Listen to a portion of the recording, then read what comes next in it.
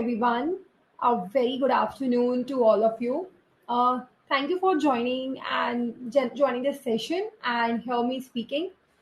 I'm Radhika Singh and currently working as a systems engineer with Palo Alto Networks. So today's topic that I will be covering is navigating the convergence of IoT OT security, the emerging cybersecurity trends in IoT, and how zero trust architecture fits in. What's about zero trust, all this buzzword, and how it is a good fit for the IoT industry. Next slide, please.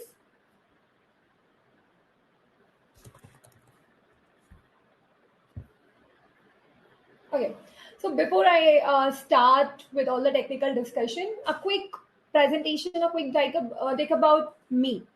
So I have 9+ years of experience in information security and network security.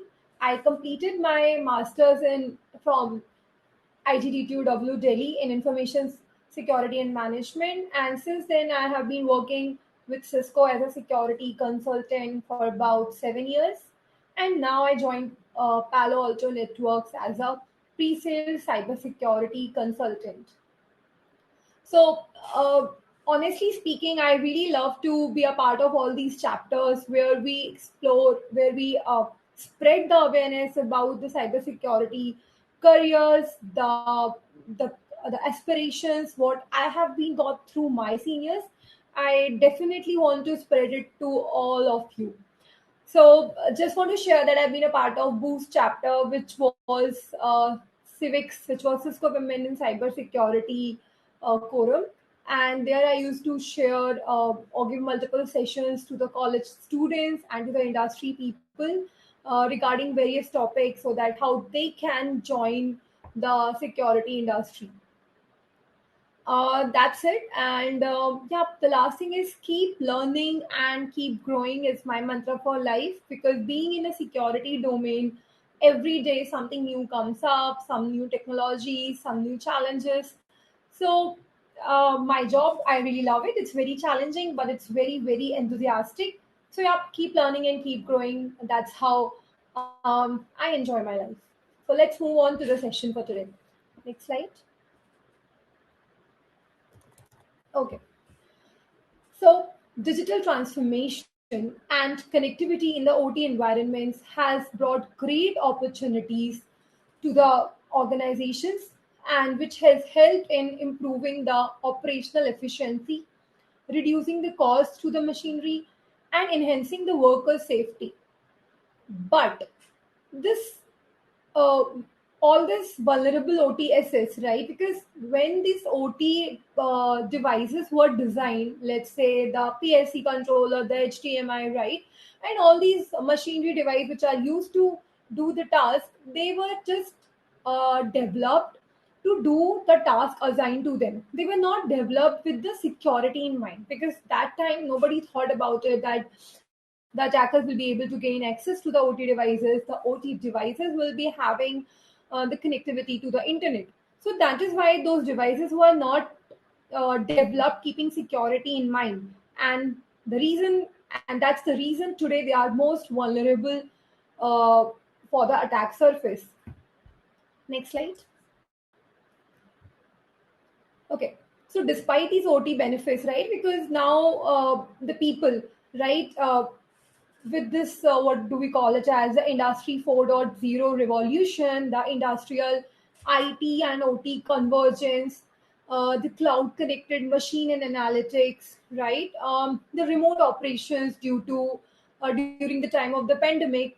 Now, OT devices, they are not physically isolated, right? Earlier, those OT devices used to follow a Purdue model, right? Level 0 to level 2, they will be just having the OT devices, and then there will be a DMZ zone, and there will be an internet zone, internet layer. But nowadays, what has happened is, because of all these OT transformation which is going on very nicely, these OT assets are no longer physically isolated. They are also connected to the cloud and as well as to the IT. And that is the reason these devices are vulnerable to the attack surface. And There are the few points which I have mentioned is the threat surface expansion, because this hyperconnectivity of these OT assets with the IT, with the cloud and the internet, the threat surface is increasing, right? Vulnerable targets for ransomware and IP theft. The attackers are targeting the connectivity to this OT assets to shut down the system, to shut down the manufacturing, the plants, so that they can demand for the ransomware, increasing the compliance pressure. So, because of all these, the vulnerability, because of all these threats, the cybersecurity infrastructure is facing more and more pressure to protect these OT assets, right? And as we know, the attackers are no longer using no longer using the traditional way of attacking that they can be prevented. So that is why our traditional security approach is also no longer effective to prevent against those attacks, and hence we need to have certain type of how would I say, certain type of comprehensive approach which can protect these fast pacing attacks in the OT industry these days.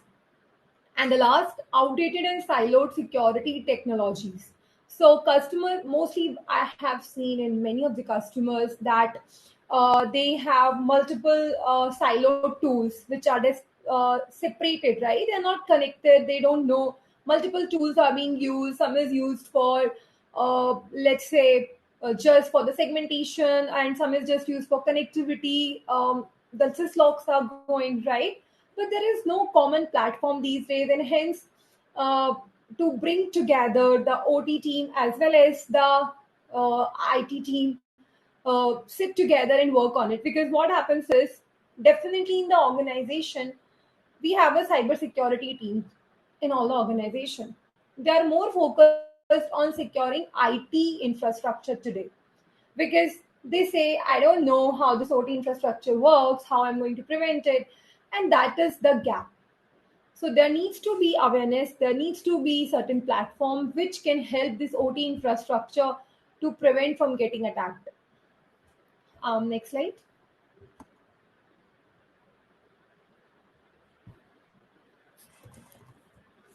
Hariti, next slide.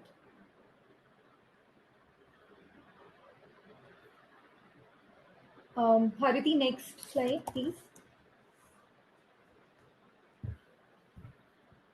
Once again. All right. So here are some of the examples which I have taken from the internet. I think you hope you guys would have also gone through it in the news channels and the newspapers. So the first one, it talks about the Ukrainian electric grid attack. What happened was 23,000 Ukrainians faced the power outage for 6 hours, right? The second is Saudi Arabian oil refinery attack. In this, what happened was there was a Triton named malware which got installed on the machine, and then they targeted oil, gas, and manufacturing plant for a couple of days.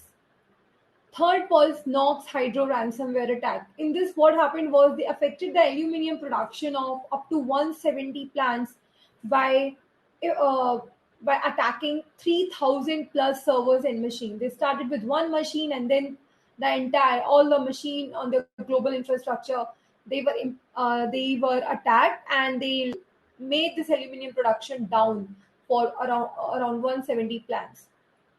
And the last is the colonial pipeline hack. In this, what happened was it caused the shortages of the fuel and gas line shortages for around up to 7 days. So this is just when we talk about the manufacturing sector. Every month in 2021, this up to 10 successful ransomware attack were seen. Next slide.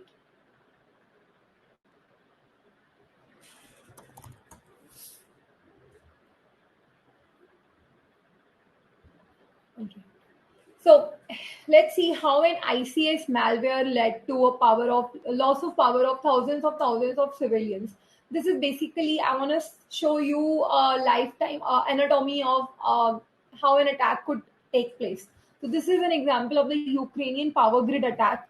So what happened was a spear phishing email was sent to an employee, and his office laptop got compromised with that black energy malware. It's very simple thing, right? A phishing email came to employee system. He was not aware about the phishing links and all those the malicious communication. He clicked on the link, the malware, the black energy malware got downloaded onto his system.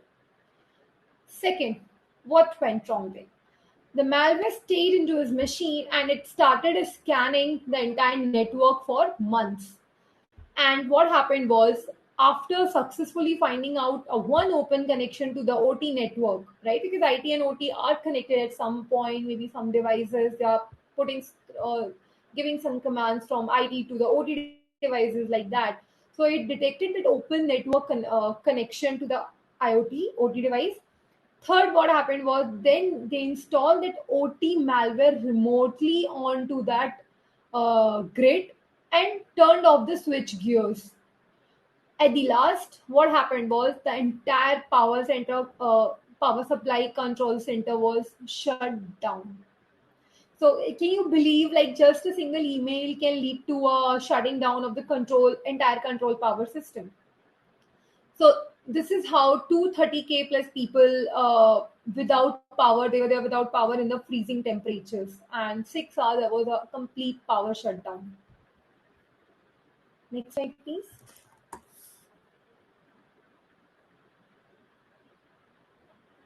Okay. So let's see. We have been looking at the attacks. The attack surface is increasing, but why? Why we are not able to cope up to that? So the modern OD security challenges are, the first thing is the visibility. Until you know what you can't secure, right? So you can't secure what you can't see. So the visibility is one of the very important factor needed to present the OT devices. Second is unseen vulnerabilities create the exponential risk. If you do not have certain tools, certain technology in your environment which is able to provide you the vulnerabilities, the alerts, there is going to be an exponential risk involved with it. Threats are outspacing the ability to stop them. The threats are coming day by day at a very faster speed that you cannot simply just protect them from your traditional security technologies. And the last one is you can't operate what is too complex. So generally what happens is the OT devices, the OT team, they don't let you just do something in their environment because their operations will be stopped, their availability will be stopped, right? So for the OT people, their availability is more important than the confidentiality, integrity, or authentication, right? So that is why you need to have certain very simple approach, a streamlined approach in place to convince the OT teams to start involving the security best practices. Next slide. All right, thank you. So, where are the opportunities for attack in OT environment? So, before we go to how we can protect, what approach we should be taking to protect the OT environment, let's see the where are the attack opportunities, right? Because if we know the pain points, if we know the open attack vectors, we can work on those vectors to definitely prevent 100% the OT infrastructure as well. First thing is legacy and new OT assets are connecting to IT and cloud, right? So there is 4% expected increase in the manufacturing OT assets getting connected to the IT as well as the cloud. There are 5G assets are also coming in the industries, like the cellularly connected devices. Remote connectivity is on the rise, right? After the pandemic, people have started taking the remote connections to the machinery to accomplish their task. And the very most important, which is the unpatching of the system, right? So those machines, those servers, they have been running into the network. Okay, I received some message on the chat.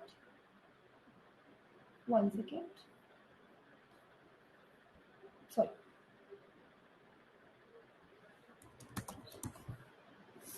Yeah. So the OT assets are vulnerable and they're hard to patch, right? Because they have been running certain systems, certain operating systems, and which you definitely cannot say that we are going to patch it. It's very difficult to patch those systems, and that is why those unpatched systems are more highly vulnerable to the attacks.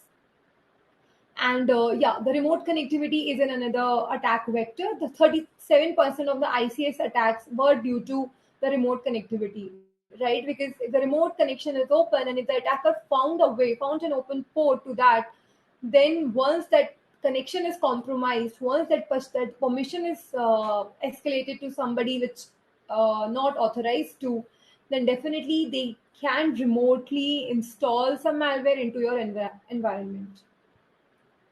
Next slide, please. All right. So here we are discussing about the zero trust strategy in the OT network. You have been hearing this word zero trust since long. I hope since 2 3 years, this zero trust has become a very buzzword in the industry's environment. Beat IT, beat OT. So what do we understand by zero trust is? One second, there's a chart. Okay. Okay. So zero trust is basically don't assume trust. Never, never just have implicit trust on anything, on any user, on any asset, and always verify. So never trust, always verify is the definition for a zero trust. So you are not trusting anybody, be it your insider employee, be obviously outsiders are not at all trusted. So that is zero trust is basically a cybersecurity strategy that eliminates the concept of implicit trust, right? So even though generally what happens is, let's say I go to an office and I open my laptop and I connect to the network, to the Wi-Fi there. I put my username and password. So for the first time, I get authenticated. Like if I'm the right resource connecting to my machine, so authentication happens, and based on that, I am allowed the access. Also, the authorization as well as happens accordingly. Only I get the access to certain resources which I'm authorized to. Now, let's say I get connected, I was authenticated and I got connected. Maybe something came to my some malware, I downloaded it maliciously, something wrong happened. But since I was just trusted like how it used to be before, and if I'm compromised, then definitely the lateral movement from my machine to another machine into the entire network can definitely happen, right? So that is why the zero trust strategy focuses on continuously verifying the posture of the device, the posture of the user, and do a continuous security inspection, right? So that is what the zero trust strategy talks about. So let's different companies, right? Different network security companies have different definition, different verticals of zero trust, but the fundamentals of zero trust can be categorized into three pillars. The first thing is for zero trust, to achieve the zero trust concept, you should have a uh, least privilege access policies and segmentation, which means that any employee or any person or any device, they should be granted only the least privilege access that is required to complete their task, nothing else. So in that way, if I go to an office and let's say if I'm a part of a team and my team requires to only access let's say 10 applications, so I should be only giving the right to access those 10 applications, not the 11th one. So this is how you enforce the least privilege policies. And then proper segmentation. How segmentation comes into the picture is, if there is no segmentation between the devices and like one device can access any other thing, I can access the IP phone, the cameras or the teleconferencing room, anywhere if I can access, then if I'm compromised, my machine is compromised, then definitely it's going to be a huge loss to the company. So always a proper segmentation is needed, that this is the device they are present into this VLAN. This is they certain set of people cannot access certain devices. So a proper segmentation is needed to prevent the lateral movement. Okay, so this is how the zero trust definition works. So what zero trust says: secure your user, secure the workplace, and as well as secure all the applications out there. So I want to focus upon the four things when it comes to the OT network. First is the complete visibility, right? So in order to protect anything, you first need to have a visibility of all your assets in the OT environment, all the users, and all the applications those that OT assets are using, or the applications are calling those assets. So if you have a complete visibility of this assets, users, and application, so that is where you will be having a complete idea about, okay, these are the assets in my organization, this is what they can access, and these are the rules you can apply to them, correct? And if there is any alert associated with the device, if there is any open vulnerability associated with the device, so that comes with the visibility dashboard, I must say. Second is the least privilege access control. So, be it an IT or OT, I would say there should always be the least privilege access to be provided to the employees so that they do not overutilize the permissions. They are only accessing what they are authorized to access. And proper segmentation, so which means like even if something is compromised, but just because the you have a proper segmentation from one set of devices to the another devices, the lateral movement can be stopped and cannot hamper the entire network. Third is the continuous trust verification. So what continuous trust verification ensures is, even if the user got connected after verifying their authentication and authorization credentials, then also the trust to be verified again and again to see, is there any anomaly present, is this is this device communicating the way it should be doing, right? Is the behavior of the asset changed, right? Suddenly, so when this device came online, the device was fine, there was no vulnerability, there were no alert. But in the continuous test verification, we continuously verify the posture of the device. Now suddenly this device is showing that it is unpatched, or some virus is detected, some malware is detected, right? So that is why continuously trust to be verified in order to give them the connected access. For any moment, any time, if it is found that it is impacted, definitely the endpoint, that device, the asset should be blocked from the network, or should be quarantined or immediately removed from the network to prevent the attack from the lateral movement. And then we have the continuous security inspection. The continuous security inspection is deep analysis of the traffic that is going through the devices, which means what this device is communicating to another device, what sorts of protocols they are using, right? Let's say one device generally just uses HTTPS protocol and DNS protocol, and let's say some applications. But now suddenly they are talking to some other applications which is not their baseline behavior. So generate an alert, right? Flag the anomaly. So if there is certain solution in place which continuously monitors the devices, creates a baseline, and then generate the anomaly, definitely we can protect this OT environment very easily. So this is all the I would say all the focus points for the zero trust security in the OT networks, and this is how we can protect this all the cyber attacks from the remote operations, the 5G connected devices, and to the network devices. Uh, do we have any doubts up to this?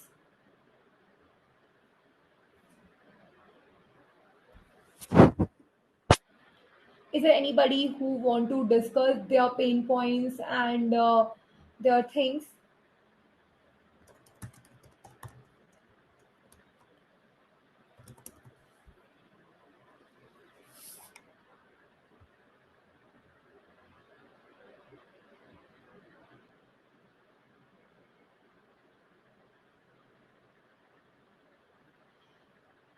Okay, this was about all the OT security because I really did not want to throw you with so much technical things, but just the basic fundamentals. Like this is how uh, the OT security is evolving. The huge transformation is going on in the OT industry, and definitely, if you're somebody who has a passion, who understands, who wants to use your manufacturing or the mechanical knowledge to okay, these are the OTSs. How can they How can they be brought in the limelight of the security? Then definitely, here is a chance. Here is to go with the zero trust strategy to prevent these. Uh, to prevent the OT environment and have a safe life, right? So no power loss, no shutdown of the oil and refinery or any power plants. So that is why I wanted to create an awareness about this. That's it from me. Thank you so much for attending this session. And yep, please read about OT security and the zero trust architecture. Thank you.